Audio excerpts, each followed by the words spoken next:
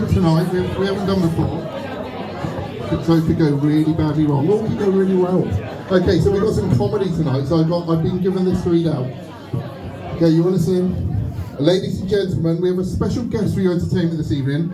A regular performer across the South Coast, a hilarious, lovely and handsome man, a writer of his own introduction, and a man Jeff Norcott described as Bournemouth's funniest comedy, although he's never seen him perform. A man who may look strangely familiar to you, although it's not the man you think it is. It's the one and only Jay Soma. Big round of applause.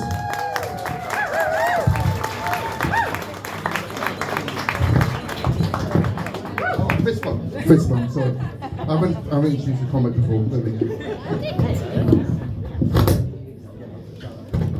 Thank you, Ross or Andy. No, they are not. I'm never sure which one is which. For those very kind and accurate words of introduction. It's great to be able to look out on a crowd full of hard-working RNLI employees and RNLI employees. Some of these you may have to think about. But, you know, it's a great honour to be here tonight, and got a little bit of admin to do. There is a wonderful prize in the raffle. I'm sure you've all seen it. A big blue jumper. Now this does retail for £150. So if you win that and it's too big or too small, don't worry, just put it on Vinted. You'll get £5 or £10 for it, enough to cover the cost of the raffle tickets. So some of you may be thinking, this Jay Soma guy, he does look familiar. He looks a little bit like that bloke in Partnerships, but it is just a coincidence. But just to be safe, is there anyone here from RNLI HR department? No, we can go with the good stuff then. That's fine.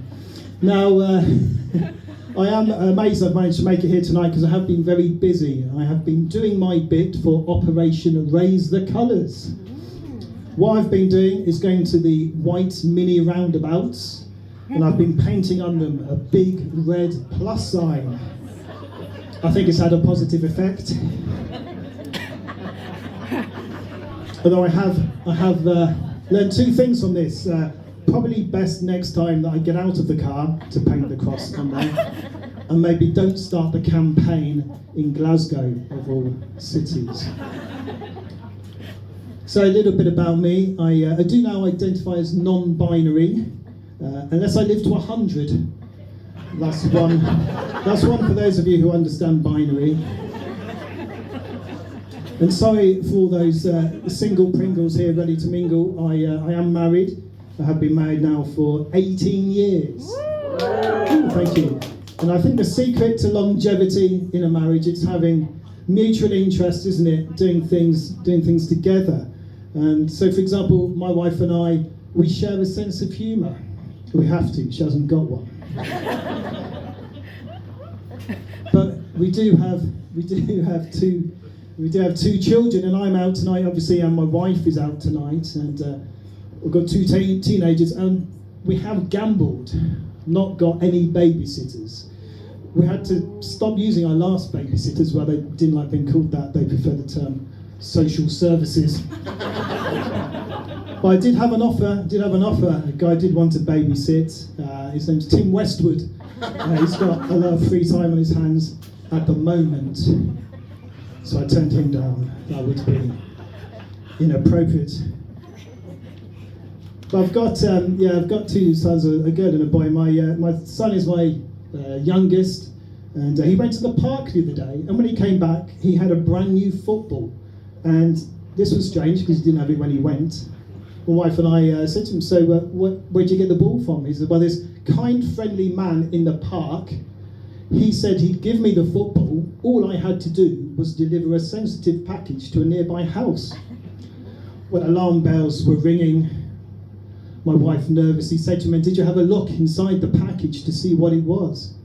He said, "Yes, it was just two little see-through squidgy bags of brown powder." We thought, gosh, it's heroin. That is a big relief. We were worried it was party political flyers for the upcoming council by-election. And we don't want our son involved in any of that nonsense. I like to remain politically neutral at all times. I think it's in my job contract. But ever since then, my son, he's been out and about a lot, but he's now got a completely new wardrobe. So what he now wears can be described as 100% JD Sports.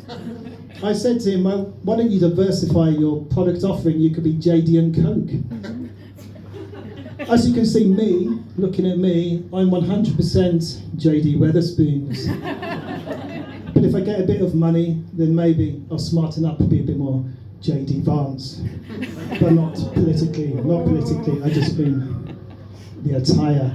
Now, my wife and I, we enjoy spooning in bed. That is our favourite way to take heroin.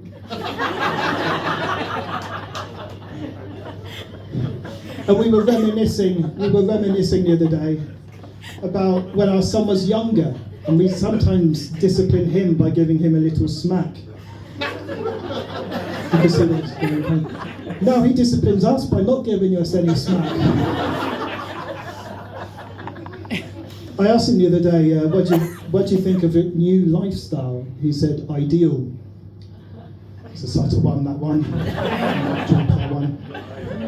But it's sort of a far cry from 1 year ago when he started secondary school. And I asked him in his first week, I said, son, what have you been studying? He said, Jim Davidson. I said, Jim Davidson, the right-wing comedian, that seems a very strange subject to study unless the school's trying to redress the balance after 30 years of cultural Marxism. I said to him, what have you covered? He said, generational challenges. I said, no, it was just a generation game on BBC One on a Saturday night. I said, what else? He said, problems in the Middle East. I said, problems in the Middle East? You mean, no, he was just entertaining the troops in Iraq and Afghanistan. I said, anything else? He said, yes, the Torah. I said, no, he was known as the Tory, the only comedian daft enough to admit he voted Conservative. Then I thought to myself, did he say Jim Davidson or did he say Judaism? It turned out to be the latter, which I think is a bit of a relief. Now, speaking of my family, I caught up with my brother recently. I hadn't seen him for a long time. I thought he was in the Midlands studying for his law exams. Because when I asked him last time I saw him what he was doing, he said he was a trainee barrister. Turned out he was an apprentice at Cafe Nero. I said to him, what are you doing now? He said, pet grooming. I said, that is disgusting. He said, hey, I'm just very attracted to young dogs and I try and chat to them online and meeting up with them. So I've taken no chances.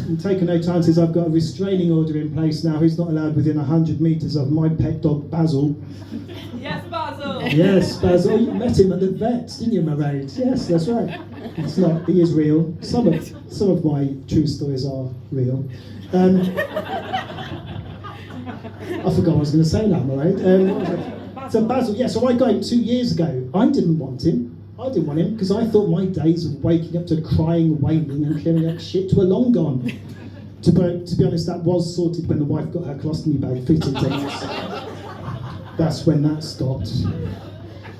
Now, we didn't know what we were doing. Neither of us had ever had a pet dog before, so we did puppy training classes. So we went to one, and in the first week, the instructor said in a very serious voice, listen very carefully. Dogs in Bournemouth. They have been going into bushes in parks and eating human feces. Oh. Well, I thought I was shocked at that. And great, I thought, so I can't even shit in my own back garden now. But as he's grown older, he's turned into a fun little thing. He likes to play with the hose in the garden. Lucky him. When I want to do that, the ladies charge me for it. He gets quite humpy after he's watched his favourite TV show. That's called Paw Patrol. For those of you that haven't seen Paw Patrol, it's an animated canine version of the Village People. That's the best way to describe that. But the one thing I did realise quite early on is if you become a dog owner, you end up sending text messages to your partner that you would only ever send within the context of owning a dog. So we were worried about Basil's digestion at one time. And so one morning I ended up sending the following text to my wife. Nice walk with Basil in the cold this morning. Done 2 big poos. Basil not done any, thank God for the bushes. P.S. Met a nice man and got a new football. Anyway, it's been interesting, Aaron and I. Thank you very much. Enjoy the show and good luck in winning the jumper in the raffle.